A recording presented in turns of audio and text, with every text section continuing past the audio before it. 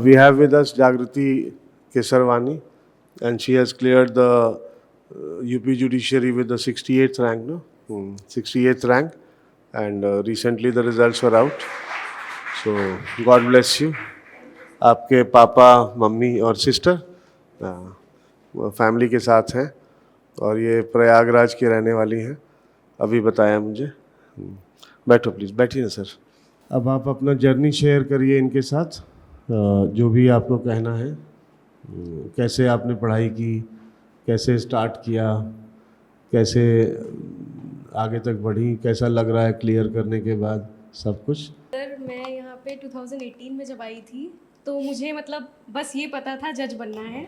मुझे कोई कोचिंग कुछ किसी भी चीज़ का आइडिया नहीं था। एक मेरे कोई भैया थे, सीनियर थे, वो यहीं से पढ़े थे, तो उनसे पापा ने बस कॉल करके पूछा था, हम दिल्ली आ गए थे, पूछा कि कौन सी कोचिंग ज्वाइन कर लें, तो उन्होंने बस एक बार बोला राहुल IAS बेस्ट है।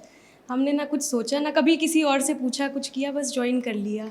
और सर जब मैं ज्वाइन की थी, मेरा कोई लीगल बैकग्राउंड कुछ भी नहीं है, तो मुझे इतना भी नहीं पता था कि 3 स्टेजेस होते हैं एग्ज़ाम के। तो वो धीमे धीमे पता चला, प्रीलिम्स, मेंस, इंटरव्यू, फिर कितने मार्क्स के होते हैं। वो जब आनंद सर, कृष्णा सर से मिले, मतलब उन्होंने जब बताया कि आप वो हिंदी की प्रैक्टिस कीजिए, ट्रांसलेशन ऐसे वगैरह, तो उसके बाद पता चला अच्छा ये भी आता है इसमें। फिर सर बस जितना पढ़ाया जाता था उतना पढ़ते थे, उतना रिवाइज करते थे, जितना जैसे जैसे एग्ज़ाम आता गया देते गए। मतलब यूपी तो जब 2018 में दिया था, आपने काफ़ी लंबी क्लासेस कराई थी, तो उस समय तो प्रीलिम्स निकल गया था आराम से, लेकिन सर मैंने कुछ पढ़ा ही नहीं था, कुछ आता ही नहीं था। तब तो तुम्हें ज्वाइन ही किया था। हाँ सर, और मतलब मेरा ये था कि जितना क्लास में पढ़ाया गया उतना ही एकदम परफेक्ट होना चाहिए मेरा। तो सर बस उतना पढ़ के मैं एग्ज़ाम मेंस लिख के आई थी। उससे ज़्यादा थोड़ा बहुत पढ़ा था, एविडेंस वगैरह पढ़ लिया था मैंने। वो छोटा होता है, ईजी होता है, तो पढ़ लिया उसे खुद से। फिर सर उसके बाद बहुत सारे प्रीलिम्स, मेंस लिखे, निकले, बट सर कभी क्लियर नहीं हो पाता था। हमेशा एक आधे मार्क्स से, 0.25 मार्क्स से ऐसे रह जाता था। इंटरव्यू भी दिया तुमने कोई और? यस सर, MP का दिया था, तो वहाँ पे तो मैं नहीं क्लियर कर पाई, इंटरव्यू ही। तो बस फिर, लेकिन सर यूपी में हो गया तो बहुत खुश हूँ कि होम स्टेट में ही हुआ। तो मतलब सब वो सब भूल गई कि कोई बात नहीं, नहीं हुआ, अच्छा हुआ, नहीं हुआ, तो बस सर। पापा मम्मी खुश होंगे कि बेटी हमारे स्टेट में रहेगी। जी सर। ये बहुत अच्छा है। हाँ, पापा तो बहुत खुश हैं सर। बहुत बहुत धन्यवाद आपको, आपने इतनी अच्छी कोचिंग दी है सर। हमेशा आपकी तारीफ करती रहती थी। जब भी हम पूछते थे, कहती सर जब पढ़ाते हैं तो ऐसा लगता है जो मेरे अंदर पूरा चला जा रहा है। जो भी आप लेक्चर करते हैं तो कह रही थी मेरे अंदर पूरा चला जा रहा है, इतना बढ़िया सर कोचिंग करते हैं। तो सर बहुत बहुत धन्यवाद आपको। हमारी बिटिया को इतना सक्षम बनाया आपने, काबिल बनाया सर। और मेरा सर इतना गौरवान्वित कर दिया इसने। मेरा एक बेटा है, बीटेक किया हुआ है, एक भी बधाई नहीं मिली सर। अच्छे इंस्टीट्यूट से किया, IIIT से। लेकिन जब इसने किया सर तो बधाइयाँ, इतनी बधाइयाँ आई सर कि लगा कि हाँ कुछ बड़ा अचीवमेंट किया है। हमको भी नहीं मालूम था सर, क्योंकि हमारा family background sir business class है। हम लोग कुछ जानते ही नहीं, कोई गवर्नमेंट एम्प्लॉय है ही नहीं। हम खुद ही बिजनेसमैन हैं, मेडिसिन के व्यापारी हैं। तो लेकिन जब इसने किया और 2 बजे रात तक मुझे बधाइयाँ आई, तब मुझे लगा अरे बहुत बड़ा इसने कर लिया। बड़ा सर आश्चर्य हुआ। अब बेटे को हम सर मोटिवेट करेंगे कि वो भी सिविल सर्विसेज में आए। बीटेक किया हुआ भी 23 इयर्स का है, उसकी जॉब भी लग गई है, लेकिन उसका कोई भी ऐसा नहीं था। इसका बिल्कुल चार्म ही सर अलग है। नहीं, बेटे ने भी बहुत बड़ा काम किया है। लेकिन सर आपको बहुत बहुत धन्यवाद। बहुत ही इतना क्या बताएं आपको, बहुत हार्ट से धन्यवाद निकलता है कि आपने इतना, आप बच्चों के साथ इतना मेहनत करते हैं कि बच्चे काबिल हो जाते हैं। नहीं, बहुत बहुत बहुत धन्यवाद। आपको बहुत बधाई हो कि आपकी बेटी जज बन गई। अच्छा, तुम जब तुम्हारा सिलेक्शन नहीं होता था बीच बीच में, तो कैसा तुमको फील होता था? सर कुछ नहीं, बस लगता था नहीं हुआ, दोबारा पढ़ना पड़ेगा, तो दोबारा पढ़ने लगते थे नेक्स्ट डे से। मतलब इतने बैक टू बैक एग्जाम्स रहते थे ना कि सोचने का समय ही नहीं मिलता था। और फिर मतलब कभी, मतलब सर मैंने सोच लिया था कि बस करना है, मुझे ये पता था मुझे करना है, यही करना है। मुझे ही नहीं पता था कितना टाइम लगेगा, मुझे ये भी पता था मेरा होगा। बस हो गया फिर। और कहाँ से पढ़ाई की थी तुमने? एलएलबी कहाँ से किया था? सर भारतीय विद्यापीठ पुणे से। पुणे से किया जी सर। था। अच्छा कॉलेज है। वहाँ भी सर गोल्ड मेडलिस्ट थी, 5 साल फर्स्ट क्लास पास हुई, सबसे ज़्यादा नंबर रहे थे। नहीं अच्छी होगी पढ़ने में तभी तो। शरद पवार साहब ने इनको गोल्ड मेडल दिया था, उसमें भी हम गए थे, बड़ा अच्छा लगा था। मतलब हमेशा ही ने हमारा नाम रोशन किया। नहीं अब तो और अच्छा कर रही है, अब तो और अच्छा करेगी। अब तो जिंदगी भर आपका नाम रोशन करेगी।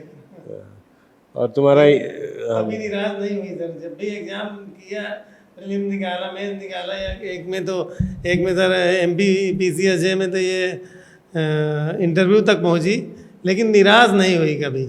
एक नंबर से इंटरव्यू में जब ये निकल गया तो हमने कहा इससे अच्छा क्या है कि अपने घर में सर्विस करोगी। एमपी में कौन नाम लेता सर, यूपी में हमारा घर है, यूपी में सभी लोग चाहने वाले हैं, यूपी में हर जिले में सब लोग चाहने वाले, तो अच्छा लगता है सर यूपी जब इसने क्रैश किया। नहीं होम स्टेट तो है, होम स्टेट की तो बात अलग है।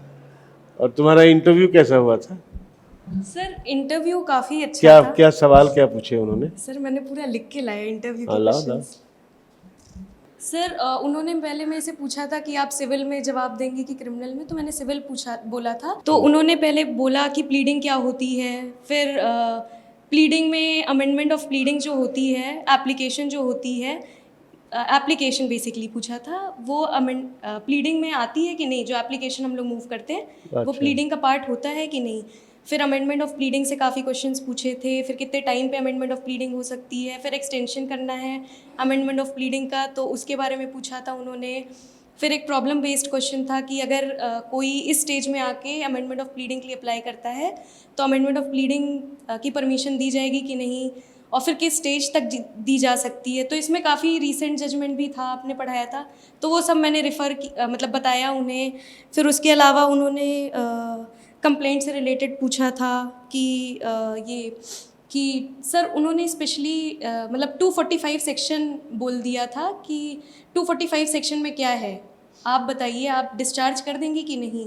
तो सर उस समय तो इतना याद नहीं आ रहा था, तो वो वाला तो मैंने नहीं जवाब दिया था। फिर उसके बाद उन्होंने 311 सीआरपीसी में भी पूछा था, तो वो जवाब दे दिया था।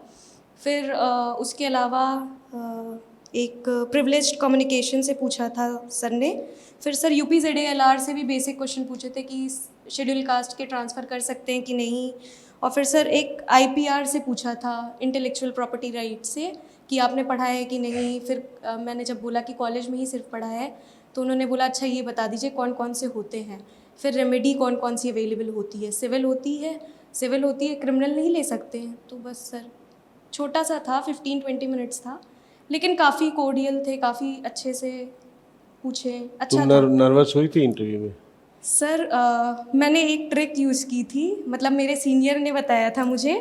मैं पहले इंटरव्यू में और एग्ज़ाम में बहुत नर्वस हो जाती थी, तो उन्होंने बताया था कि आप जब इंटरव्यू जहाँ देने जाते हो, यूपी में प्रयागराज में ही होता है, तो आप 2-3 दिन वहाँ पे चले जाइए, बाहर ही घूमिए थोड़ा, मतलब आप रिलैक्स्ड हो जाओगे, आप यूज्ड टू हो जाओगे। That is called acclimatisation.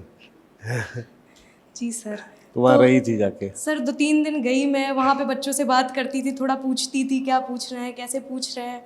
फिर जब सर जिस दिन इंटरव्यू था उस दिन गई, ऐसा लग रहा था अरे ये तो अपना ही है, सब हो जाएगा। मतलब बहुत बहुत काम थी, बहुत रिलैक्स थी, और मतलब सर एकदम अंदर से इंट्यूजन आ रहा था अब तो हो ही जाएगा। और फिर सर सेकंड नंबर पे ही मुझे उन्होंने बुला लिया था, तो मैं एकदम आराम से गई, आराम से दी, हो गया, निकल के आई। फिर मुझे पता था कि हो जाएगा, इसीलिए मैं घर पे आई तुरंत। मैंने इंटरव्यू में जो क्वेश्चंस पूछे गए सारे लिख भी लिए कि जाके बताना है सर को कि ये पूछा गया। दूसरे बच्चों के लिए हेल्पफुल होता है सर, जैसे मेरे टाइम पे सिलेक्शन होता था, जो आते थे बताते थे, तो मैं भी लिखती थी। तो ये लोग नहीं लिखते। क्वेश्चंस पता होनी चाहिए कि इंटरव्यू में किस तरह से पूछते हैं। जी सर। वो आप जब इंटरव्यू दोगे तो आपको थोड़ा सा एक मेंटल फ्रेमिंग हो जाता है ये। और नॉर्मली तो पढ़ाई से ही रिलेटेड पूछा जी सब सर, कुछ, पूरा लॉ से ही पूछा था, कुछ पर्सनल नहीं पूछा था, बस पर्सनालिटी बेस्ड कुछ नहीं कुछ पूछा। भी नहीं, बस पूछा था कौन कहाँ से कॉलेज किया है, बस, और कुछ भी ऐसा और कुछ नहीं। पर्सनल तो ज़्यादा यूपी में पूछ भी नहीं सकते, बिकॉज वहाँ टोकन नंबर होता है ना, they will not normally ask you about your personal family background and all that, वो सब नहीं पूछेंगे। नहीं सर, कुछ भी नहीं पूछे थे। वो तुमने भारतीय विद्यापीठ से किया था? जी सर। कब किया था LLB? सर 2018 में ख़त्म हो गया था, 2013 से 2018 वाला 18 में ख़त्म करके फिर यहाँ आ गई हाँ, थी। बस 1 महीने घर पे थी, फिर लगा कि अब क्या करना है आगे, जब पापा पूछने लगे अब जाओ कुछ करो, तो फिर मुझे लगा कॉलेज में सोचा था जुडिशरी करनी है, अब जुडिशरी करनी है, तो फिर बस यहीं पे आ तो गई। तुम यहाँ आई तो पूरी क्लास भरी होती थी, तो जी कुछ सर। कैसा फीलिंग हुआ था तुमको? सर अच्छा रहता था, मैं यहीं आगे बैठती थी, मैं थोड़ी जल्दी आ जाती थी, यहीं पास में रहती थी, आके पढ़ाई करती थी यहाँ पे, करंट अफेयर्स और न्यूज़पेपर पढ़ती थी सुबह सुबह, तो मतलब एटलीस्ट ये रहता था, शेड्यूल बन जाता था एक कि सुबह उठ गए आप, जल्दी आ गए, फिर आप पढ़ाई कर लिए, न्यूज़पेपर तो कंप्लीट कर लेती थी यहीं पे, और करंट अफेयर्स भी 5-6 पेजेस पढ़ लेती थी क्लास स्टार्ट होने से पहले, तो वो हो जाता था, जो कि घर पे नहीं हो पाता था सर। आगे सीट के चक्कर में सर ये पहले आती थी, हमसे बताती थी हमेशा कि आगे सीट मिल जाए इसलिए पहले क्योंकि पूजा करते ज़्यादा दूर रहोगे क्या समझ में आएगा तुम्हारे, तो ये कहती थी हम पहले ही चले जाते पापा जिससे आगे सीट मिल जाए। नहीं, जो जो पीछे बैठते हैं उनका भी सिलेक्शन होता है, ऐसा नहीं है। सर वो तो सभी के लिए हमारी तुम याद करो जब तुम यहाँ पढ़ रही थी, जी सर। तो उस बिल्कुल पीछे सेकंड लास्ट से वहाँ गेट के पास एक लड़का उठ के आया था, बिहार में 4था रैंक आया था उसका, सर। प्रभात कुमार। जी सर, जी तुम सर। होगी क्लास में, जी सर। यहीं से उठ के आया जी था सर, ऐसे करके जी स्टेज सर, से, जी है ना? सर, जी सर। तो वो तो पीछे बैठता था। हाँ जी सर, होता है सर। तो शुभांगी सब- जोशी थी, मैं साथी थी पीजी में साथ में, उसका भी हुआ था, तो- वो भी पीछे बैठती तो थी आगे बाद पीछे में। से नहीं फर्क पड़ता, लेकिन अपना अपना चॉइस होता है, इट इज योर चॉइस। ठीक है, और कुछ बोलना चाहोगी इनको? सर बस यही बोलूँगी कि आप लोग खूब मेहनत कीजिए, मतलब सिलेक्शन के बाद जो होता है वो मतलब किसी भी चीज़ से कंपेयर नहीं किया जा सकता वो। मतलब सर जिस दिन सिलेक्शन हुआ उसके नेक्स्ट डे पापा सुबह 6 बजे कॉल करके मेरे को रो रहे थे, तो मुझे लगा क्या हो गया, क्यों रो रहे हैं, मैं बहुत नींद में थी, तो फिर बोलते तुमने बहुत बड़ी चीज़ कर दी, बहुत बड़ी चीज़ कर दी। सर उस दिन मेरे को रियलाइज़ हुआ सच में बड़ी चीज़ कर दी। रिजल्ट आया तो तुम कहाँ थी? सर मेरा मतलब रहने वाली मैं सिराथू की हूँ, पढ़ाई के लिए इलाहाबाद आई थी, तो वहीं पे थी, पूजा थी उस दिन घर पे, तो सिराथू पे गए थे हम लोग। तो मैं अपनी दीदी के घर मतलब उनसे मिलने गई थी, थोड़ा चाची के साथ थी, फिर शाम को दीदी के घर गई थी, बैठी थी, खा रही थी, फिर पापा मतलब मुझे नहीं पता चला रिजल्ट आ गया, पापा को किसी ने कॉल करके, कोई अंकल ने कॉल करके बोला कि आपकी बेटी का हो गया, बधाई वगैरह दी, तो पापा ने मुझे कॉल किया कि तुम देखो मोबाइल में अपने, तो मुझे लगा क्या हो गया, फिर मुझे एकदम लगा कि नहीं शायद रिज़ल्ट आ गया और मेरा हो गया है, तो फिर मैंने फ़ोन खोला, मैंने देखा, फिर हो गया था सर। लेकिन सर उस समय भी इतना ज़्यादा शौक लगा था कि मैं खा रही थी, तो मेरे को लगा कि पहले मैं ख़त्म कर लूँ इसे, क्योंकि सर उस समय समझ ही नहीं आ रहा था क्या मतलब क्या करना है अब इसके आगे। अच्छा, पहले खाना खत्म किया तुमने? सर थोड़ा टाइम लगता है प्रोसेस करने में, तो वो किया, थोड़ा सोचा समझा, क्योंकि हमेशा यही रहता था कि नहीं हुआ चलो ठीक है अब फिर से पढ़ना है घर जाके, तो इस बार हो गया तो ठीक था, अच्छा लगा काफ़ी। बहुत बढ़िया, बहुत बढ़िया, very good, God bless you. Thank you sir. आपके पापा मम्मी तो बहुत इनकरेज करते होंगे आपको जी सर, हमेशा। पढ़ाई में? जी सर। सर मेन मोटिवेशन तो आपको जैसे आप पढ़ाते थे उससे होता था, सारे टीचर्स ही बहुत मेहनत करते थे, कोचिंग में हमेशा उसी से मोटिवेशन मिलता था, बट सर घर पे जब जाती थी तो पापा को हमेशा देखती थी कि सुबह मतलब पापा सिराथू में उनका बिजनेस था, तो सुबह चाहे जैसा भी मौसम हो, बारिश हो रही हो, हम लोग कभी कभी आलस आता था कि नहीं कहीं नहीं जाना, पढ़ना नहीं है, लेकिन पापा सुबह सुबह उठते थे, जाते थे दुकान अपने, तो वो सब देख के सर काफ़ी मोटिवेशन हमेशा लगता है कि वो इतनी मेहनत कर रहे हैं, वो मेरे लिए यहाँ पे आए और मैं उन्हें इतना तो दे सकती हूँ, ये चीज़ काफ़ी मोटिवेट करती थी हमेशा ही। God bless you. Thank you sir.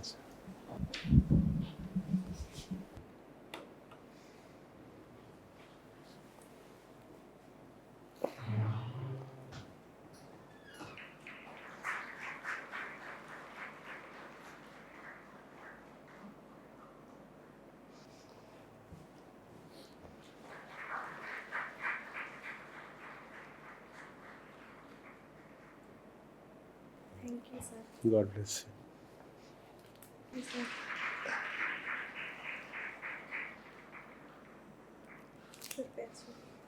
खुश है। बहुत अच्छा है और आगे अच्छा करिए, wish you all the best for future. Thank you sir. और आप लोग को बहुत बधाई है। अब ये क्या कर रही है? हाँ, तो तुम भी अच्छा करो, है ना? ठीक है। Thank you sir.